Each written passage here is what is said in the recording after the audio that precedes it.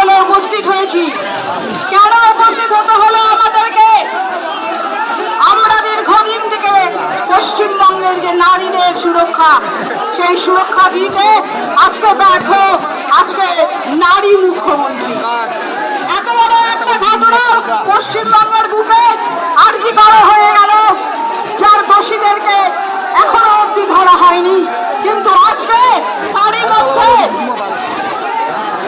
আমরা শান্তিপ্রিয় আন্দোলনের আমি আন্দোলনকারীদের কাছে অনুরোধ জানাচ্ছি, আপনারা এমন কোনো বিশৃঙ্খলা ঘটাবেন না যাতে আমাদের আন্দোলনের আসল সেই রূপ সেটা থেকে পরিবর্তন হোক। আমি আপনাদের কাছে আবেদন করছি, আপনারা আন্দোলনকে আন্দোলনের মতন করে নিয়ে চলুন। আপনারা কোনো ফাঁদে পা দেবেন না, কারো ফাঁদে পা দেবেন না। আপনারা সুশৃঙ্খল ভাবে যেভাবে আন্দোলন করতে এসেছেন সেইভাবে চালিয়ে যান। আমি আপনাদের কাছে আশা রাখছি আপনারা সেইভাবেই আজকের আন্দোলন চালিয়ে যাবেন। আপনারা আজকে এখানে আসতে বাধ্য হলো, এই কথাটা আমি বলছিলাম। সারা পশ্চিমবঙ্গ দেখেছে যে এত বিস্তৃতভাবে কাউকে হত্যা করা যায় এবং সেই হত্যা কিভাবে প্রশাসন নির্লজ্জভাবে মুখ্যমন্ত্রী পুলিশ মন্ত্রী থামা দেওয়ার চেষ্টা করছেন। আজ বিগত 3 দিন মনে হয় শুক্র শনিবার এই আমাদের বক্সিগঞ্জের নাবালিকা বোন সে রাস্তা দিয়ে হাঁটছিল ওষুধের দোকানে যাওয়ার জন্য, তাকে দুষ্কৃতী টেনে নিয়ে শ্লীলতাহানি ধর্ষণ করার চেষ্টা করে। তার প্রতিবাদেই আজকে আমরা নেমেছি। কেন নেমেছি? মানে দিনে দিনে প্রতিদিন এটা কি চলছে? আমাদের নারীদের নিরাপত্তা কে দেবে? আমার নারীরা নিরাপত্তা চাইলে মুখ্যমন্ত্রী বলে রাত্রে কাজ করবেন না। আমরা কোন সত্যকে বাস করছি? আমরা কি জঙ্গলে বাস করছি?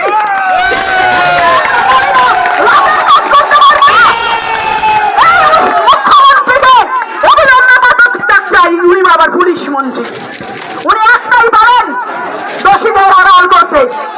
এই পুলিশ মন্ত্রী মুখ্যমন্ত্রীর কানে আজকে বক্সিগঞ্জের বোনের যে আজকে শ্লীলতাহানি করা হয়েছে তার বার্তা আমরা পৌঁছে দিতে চাই হলদিবাসী যে আমরা থামবো না,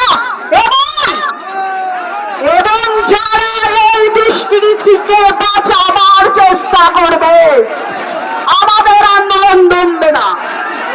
সেই দুষ্কৃতির কঠিনতর কঠোর থেকে কঠোরতর শাস্তি যদি আমরা দেখতে না পাই, আগামী দিনে হলদিবাড়ি দেখবে এর থেকে বড় আন্দোলন।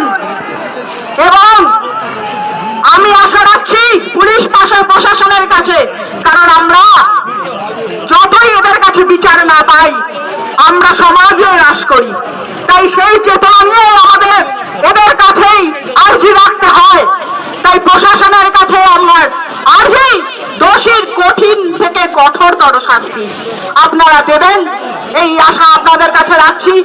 এবং আমাদের আন্দোলন তখন আরো দৃঢ় হবে যদি দেখি দোষী ছাড়া পেয়ে গেছে। আমরা কিন্তু ছাড়বো না। পশ্চিমবঙ্গ দেখিয়ে দিচ্ছে নারী সমাজ জেগে গেলে, নারী সমাজ যদি জেগে যায় আপনাদের কি অবস্থা হতে পারে। তাই নারীরা চুরি পড়িয়ে ঘরে বসিয়ে ঘন্টার নিচে এরকম হবে না, কারণ আমরা 2024 এসেছি। আমরাও পড়াশোনা করে চাকরি করতে চাই, রাত্রের নাইট ডিউটি আমরা করব। আপনি যদি সুরক্ষা দিতে না পারেন আপনার যন্ত্রপালা থেকে নেমে পড়েন, আমরা সুরক্ষা দেওয়ার জন্য রাজি আছি। আমরা স্বাধীন দেশে থেকে পশ্চিমবঙ্গের নারীরা আজ পরাধীন।